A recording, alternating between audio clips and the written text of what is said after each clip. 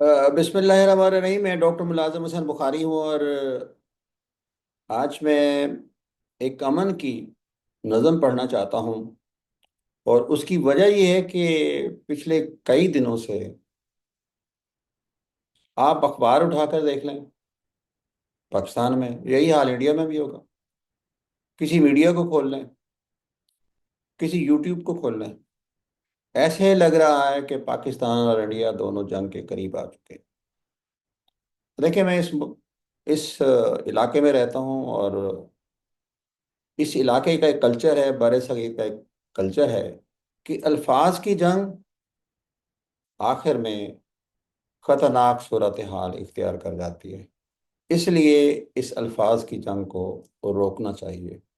सियासतदानों को, अकाबरीन को, सीनियर साथियों को, बैकडोर अमन बहाल करने वालों को और साथी ममालिक को, दोनों मुल्कों के अ, जिम्मेदार लोगों के साथ बैठ के इस मसले को तय करना चाहिए कि दोनों मुल्क आपस में क्यों लड़ते हैं।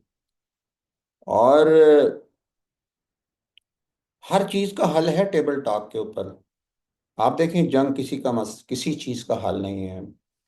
क्या फिलिस्तीन का मसला जंग से हल हुआ? नहीं। क्या रूस और यूक्रेन का मसला जंग से हल हुआ? तो क्या आप ये, इंडिया और पाकिस्तान के दरमियान में पिछली कई जंगें हो चुकी हैं। 1965 की जंग में मैं पहली जमात में पढ़ता था। 1971 की जंग में हम कुछ बाशऊर हो चुके थे। इसी तरह कारगिल की जंग हुई। तो उससे क्या हल क्या निकला है दोनों का? कोई मसला तय हुआ है? नहीं हुआ।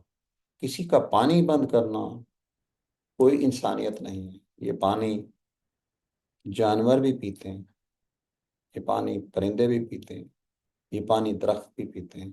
ये अल्लाह की तरफ से एक नेमत है। इस नेमत को आपको और मुझको रोकना कोई हक नहीं है। किसी का रास्ता बंद करना भी इंसानियत नहीं है। जो कुछ हुआ इंडिया में, क्या वो पाकिस्तान में इस तरह नहीं हो रहा? पाकिस्तान में कितने बेगुनाह खुदकश अ, धमाकों से शहीद हो जाते हैं। पाकिस्तान के बलूचिस्तान में जो हमला हुआ, क्या इस तरह के हालात इंडिया और पाकिस्तान में नहीं है? क्या हम इनको मिल बैठ के इन शरपसंद अनासर को ढूंढ के इनको खत्म नहीं कर सकते? कर सकते हैं। दोनों ममालिक के पास न्यूक्लियर हथियार हैं। और अगर आपने कभी नागासाकी और हिरोशिमा जाएं कि जब वो न्यूक्लियर बम गिरा था, मैं देख आया हूँ नागासाकी को, कि ऐसे लगता है कि घरों को ऐसे काटा है उस एटम बम ने, जैसे आप दरख्तों को काटते हैं कुल्हाड़ी से, जैसे आप घास को काटते हैं, इसे काट डाला। हजारों लोग, 50,000 के करीब लोग तकरीबन वो मर गए, जल गए। और 50 के करीब लोग जो है, साथ ही समंदर है, उसमें जान बचाने के लिए डूबे।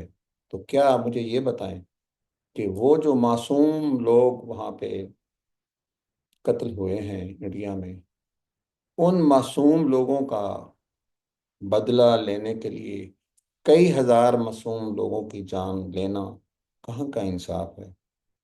हम सब पाकिस्तानी होने की हैसियत से, मुसलमान होने की हैसियत से, इंसान होने की हैसियत से इस चीज़ की मजम्मत करते हैं कि वो जिन्होंने इसको इनको मासूमों को कत्ल किया वो इंसान नहीं थे। और दुनिया में कोई भी बेगुनाह कत्ल हो, वो इंसानियत का कत्ल समझा जाता है। और हम तो डॉक्टर हैं, हम देखते हैं अस्पतालों में किस तरीके से इंसान, हम मरा हुआ आता है तो हम उसकी जान बचाने की कोशिश करते हैं। और जब एक इंसान मर जाता है तो उसके लवाहिकीन पे कितना असर होता है। तो क्या जंग से लोग, मासूम लोग नहीं मरेंगे? क्या जो ऊपर वाला बम आ रहा है, क्या वो मैं उससे महफूज हूँ, आप उससे महफूज हैं? ऐसा बिल्कुल नहीं है। तो आप अल्फाज की जंग को रोक के आप मेरी ये नज़म सुने।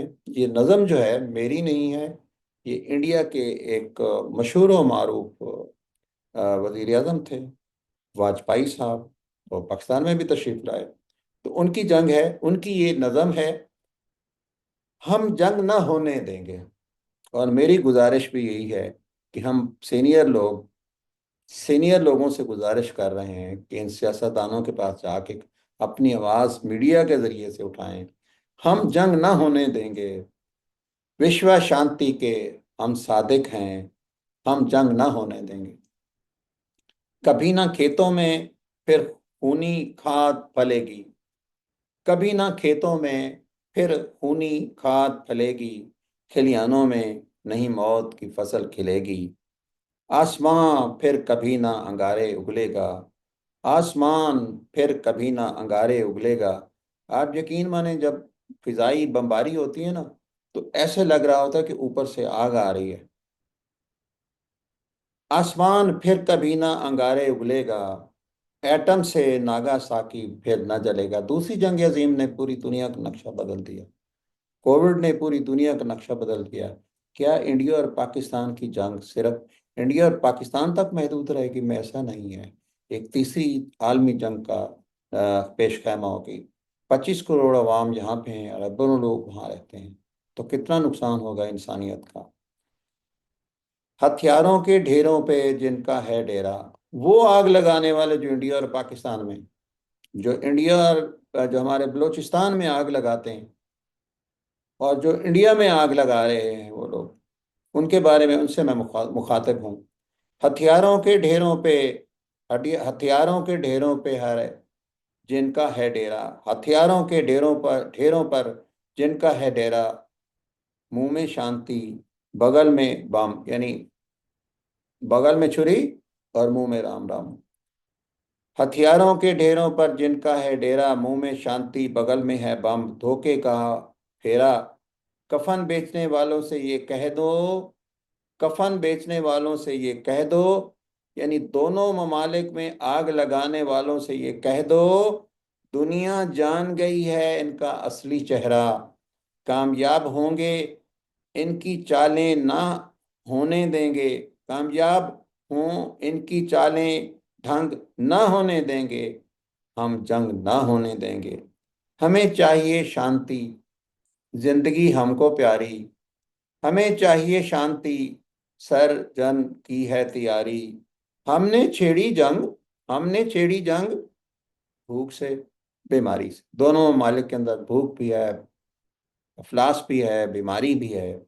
हमने छेड़ी जंग भूख से, बीमारी से। आगे आकर हाथ बटाए दुनिया। जो ममालिक हमारे दोस्त हैं उनसे गुजारिश है कि वो इंडिया और पाकिस्तान के दरमियान में आकर सुलह करें, और इनके दरमियान पानी या कश्मीर का मसला है मुस्तकिल बुनियादों पे हल करें।